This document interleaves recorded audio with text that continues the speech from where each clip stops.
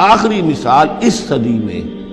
یعنی دور کی تاریخ تو شاید ہمیں معلوم ہو کہ شاید فیری ٹیلز ہیں، یہ کوئی کہانیاں ہیں جو ہم سن رہے ہیں، اس صدی میں جو ہوا ہٹلر کے ہاتھوں 6 ملین 60 لاکھ یہودی ختم کیے،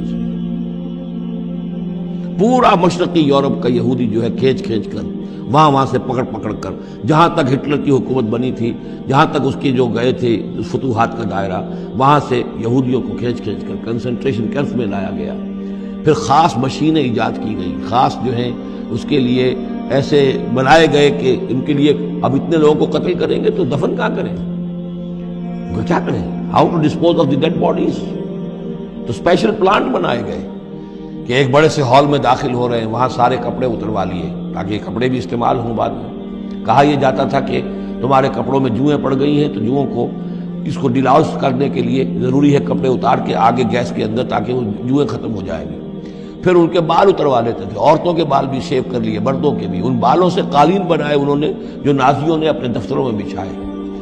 ہیومن ہیئر کے قالین۔ پھر ان کو لے جا کر ایک گیس چیمبر کے اندر کے سب مر گئے۔ پھر اب وہ بڑے بڑے پٹے جیسے چلتے ہیں مشینیں، بڑی فیکٹریز کے اندر وہ پٹوں کے اوپر لاشیں چل رہی ہیں۔ پھر ان کا چورا ہو رہا ہے جیسے کہ کہیں جو ہے وہ گھاس کاٹا جا رہا ہو یا کوئی اور چارہ جو ہے وہ کترا جا رہا ہو۔ پھر کسی خاص قسم کے کیمیکلز کے اندر ان کو تحلیل کیا کہ آخر میں کیا نکل رہا ہے، نہ کسی گوشت کا پتہ، نہ خون کا پتہ، نہ ہڈی کا پتہ، کسی شے کا پتہ نہیں، ایک بدبودار سیاہ رنگ کا مائع باہر نکل رہا ہے، اور اسے وہ لے گئے اپنے کھیتوں میں اور اسے بنا لیا کھاد۔ یہ کام اس صدی میں ہوا ہے، ہولوکاسٹ۔ اس میں زیادہ سے زیادہ یہ کہتے ہیں کہ یہ کوئی مبالغہ ہے 60 لاکھ کا، 40 لاکھ، تو 40 لاکھ بھی تو کم نہیں ہوتے، 40 لاکھ افراد کا اس طرح ختم ہو جاتا۔ استأذن ربک لیبعثن علیہم الی یوم القیامہ، ان کا آخری وقت اب آنے والا ہے، وہ زیادہ دور نہیں ہے،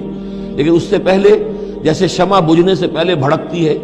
لہذا وہ ایک بھڑک ہے اس کی کہ جو یہودیوں کی ہے، اسرائیل ہے، ان کی طاقت ہے، ان کی قوت ہے،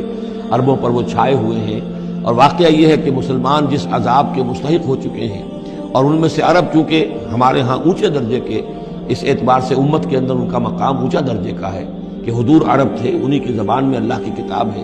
اور ان کی جو اللہ تعالیٰ کے دین کی طرف سے جو انہوں نے پیٹھ پھیری ہے،